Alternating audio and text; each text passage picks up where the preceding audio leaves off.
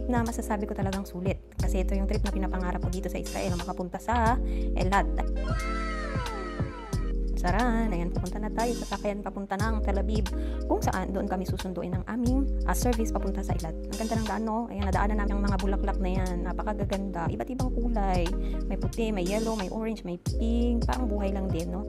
Sobrang kulay. Yan, may mga panahon na talagang sobrang saya. At may mga panahon din naman na mapapaisip ka, bakit? Saan ako nagkulang? Charot. At pagbaba namin ng bus, dumiretso agad kami sa kainan sa Filipino restaurant. Ayan. Busog na busog si Iday nyo.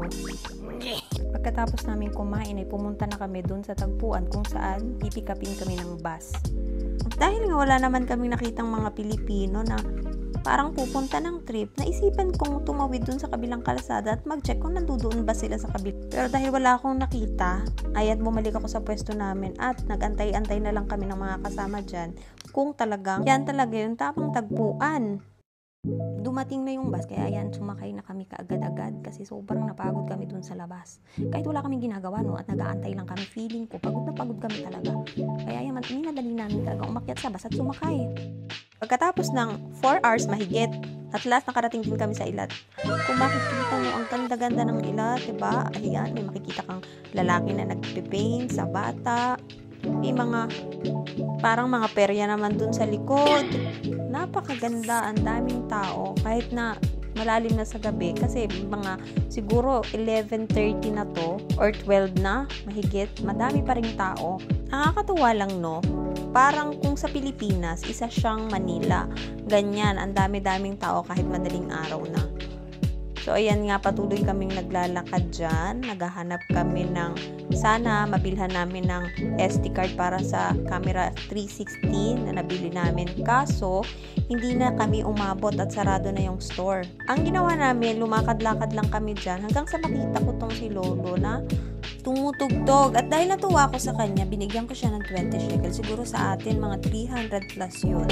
So, ayun nga, nagpatuloy kami ng paglalakad. Hindi ko na lang na video, pero nakapunta kami sa isang Foot Locker dyan. Doon kami talaga nagtagal. Mga 2 oras yata kami doon.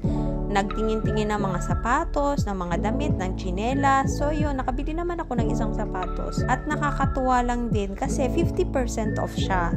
Maganda talaga mabili dito sa Eilat. Ang kagandahan dito kasi tax-free zone ang Eilat. Nakabili din kami ni Motek dyan ng tigisang pares ng tsinelas. So, ayan nga, naglalakad-lakad kami dyan. Ang ganda ng mga bulaklak, no? Ang ganda din ng background at ng building na yan. Napakahangin dyan. So, ayan nga. At dahil nakita namin na maganda naman yung view, dyan namin naisipan na mag-picture-picture. Nakakatuwa lang din talagang mag-trip kasi kahit papaano, no, nawawala yung lungkot natin, yung anxiety, nababawas-bawasan, nakakapag-unwind tayo. Bilang isang OFW, malaki talaga na itutulong ng nakakagala-gala kami. Nakakakita ng magagandang tanawin katulad nito. Nakakakita ng magagandang lugar. Hindi naman talaga madali ang malayo sa pamilya sa Pilipinas. Kaya nasa sayo na lang kung paano mo dadalhin, kung paano mo maiibsan yung lungkot, kung paano mo malalampasan ng buong araw, buong maghapon, na hindi mo masyadong naiisip ang pamilya mo. Kasi kung iisipin mo nang iisipin, wala, ikaw ang matatalo. Katulad ko bilang isang nanay, meron akong 3 anak na naiwan sa Pilipinas at sobrang hirap sa akin. Every minute, every second talaga naiisip ko anong ginagawa nila, anong kinain nila, asan sila ngayon, kamusta kaya sila.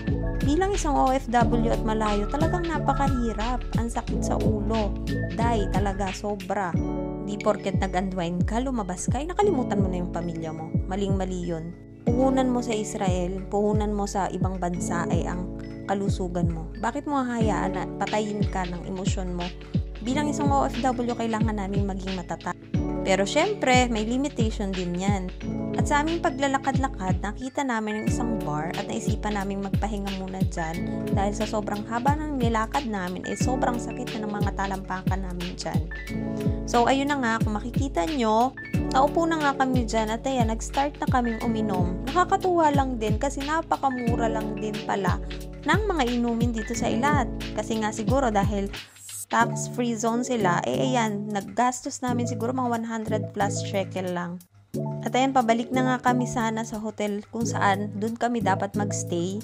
pero hindi namin makita-kita at paikot-ikot kami dyan. Kaya habang hinahanap namin, naisipan ko mag-video-video lang muna. Habang yung kasama ko, hinahanap niya kung saan ba ang daan papunta sa aming hotel. Habang ako wala pa rin tigil sa pagbibideo at yan nakita namin ang isang magandang tanawin na parang may mga boat siya doon.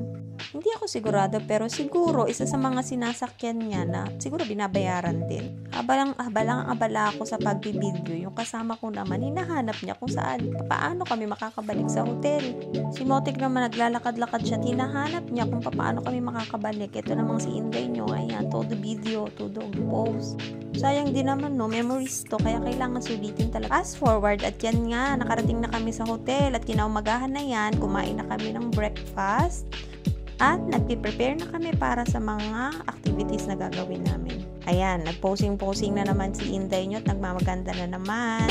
Ayan, naglalakad-lakad na kami kasama ang aming mga ka-trippers at pupunta na kami dun sa mga activities na gagawin namin. Water activities like banana boat, tornado, at saka yung crazy shark. At ayan nga, nagre-ready na kami, sakay na kami sa bangka, at sasakay na kami sa banana boat sa kaunahang activities na gagawin namin. Kaya naman, samahan nyo kami!